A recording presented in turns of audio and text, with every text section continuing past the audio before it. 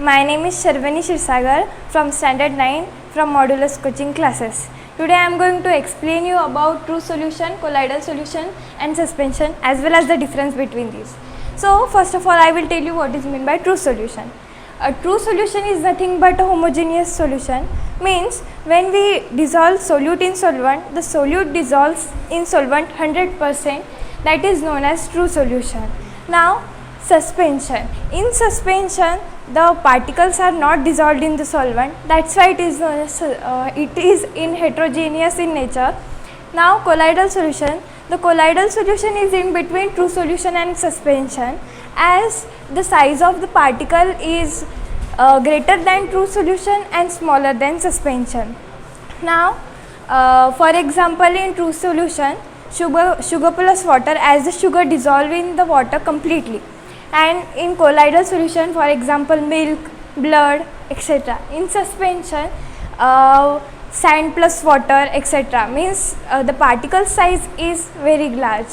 Now we will see the difference between these. First of all, we will see the nature.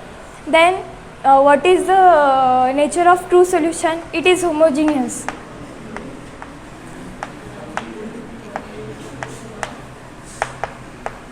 As I have told you that the solute dissolves in solvent completely, that's why it is homogeneous in nature.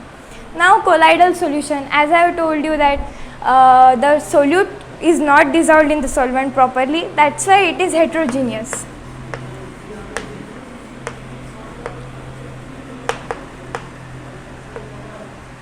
Now suspension, as the particle does not dissolve, then in suspension, that's why its nature is also heterogeneous.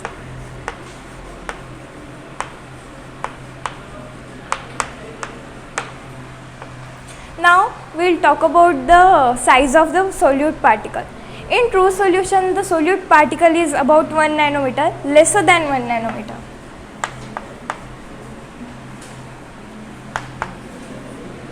In suspension, the size of the particle is about greater than 100 nanometer.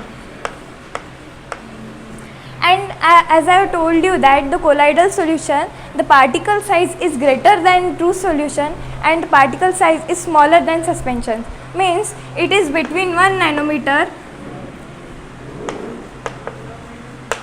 to 100 nanometer. Now we will talk about the flow of light. In true solution, as the particles are completely dissolved, that's why we are able to see through it. That's why it is transparent.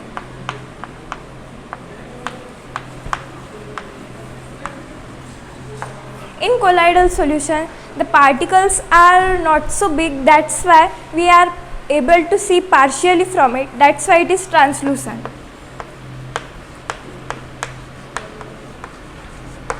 And here in suspension, as the particle size is greater, so as the particle size is greater, it may settle down due to its heavy weight, so it may be translucent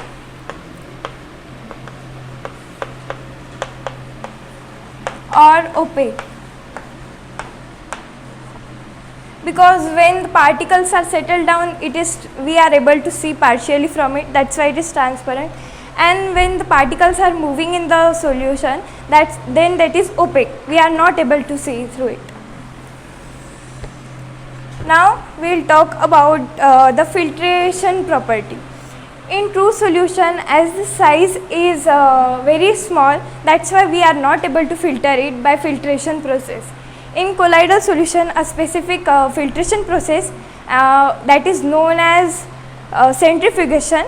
For example, milk is separated by centrifugation. As we are not able to see it with our naked eye, we need microscope to see this.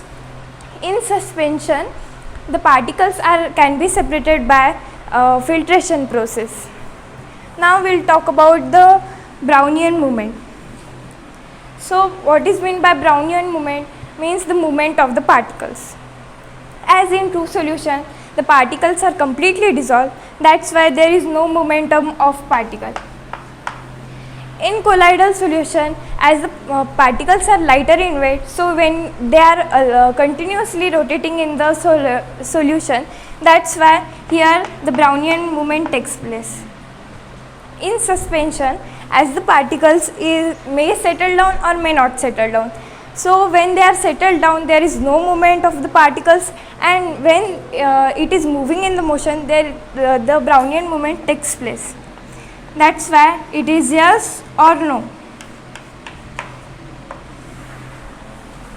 Thank you for giving me this opportunity. Thank you.